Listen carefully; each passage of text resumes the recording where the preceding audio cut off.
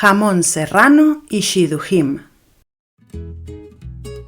Luis Miguel Fernández Ortega, natural de Albacete, informático y exbatería de un grupo de heavy metal, nunca pensó que acabaría con una kipá de lana en la cabeza estudiando hebreo bíblico en Jerusalén.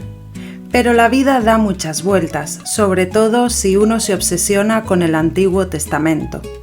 Tras años de estudiar, asistir a sinagogas conservadoras y pasar incontables horas en Zoom con rabinos argentinos, Luis Miguel, o Eliyahu ben Abraham, como fue rebautizado oficialmente, culminó su conversión ortodoxa con un mikvé en Barcelona, sumergiéndose en una tradición que sentía profundamente. Hizo aliyá a Israel dispuesto a comenzar una vida plena y acorde a su fe. Llegó con 2 maletas, una guitarra y una pregunta en la mente: ¿dónde se come bien aquí sin jamón?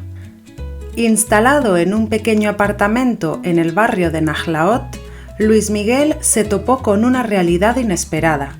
En el mundo ortodoxo, las citas románticas no funcionan por Tinder, ni por casualidad, ni siquiera por grupos de WhatsApp con emojis de corazones y gatos.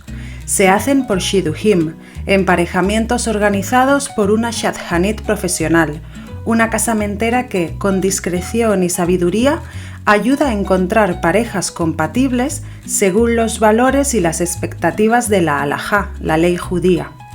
El rabino de Eliyahu le recomendó a la señora Malka Zuckerman, casamentera legendaria entre los recién llegados. La señora Malka tenía una carpeta con fotos impresas, perfiles escritos a mano y una capacidad de intuición que desafiaba la lógica y las leyes de la física emocional. Luis, o Eliyahu, te voy a presentar a una muchacha excelente. Se llama Nehama.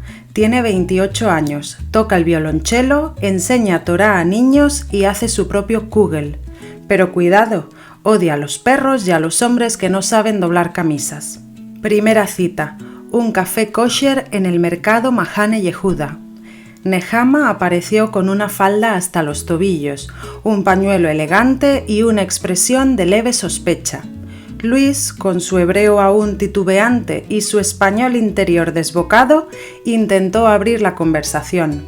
«Shalom, encantado. ¿Tú también odias el jamón o solo lo ignoras?»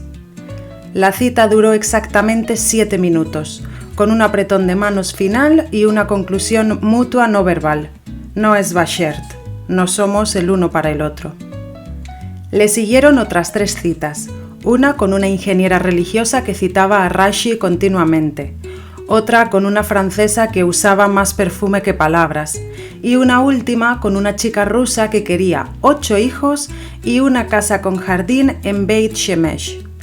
Eliyahu empezó a dudar de si estos emparejamientos de la señora Malka estaban o no funcionando.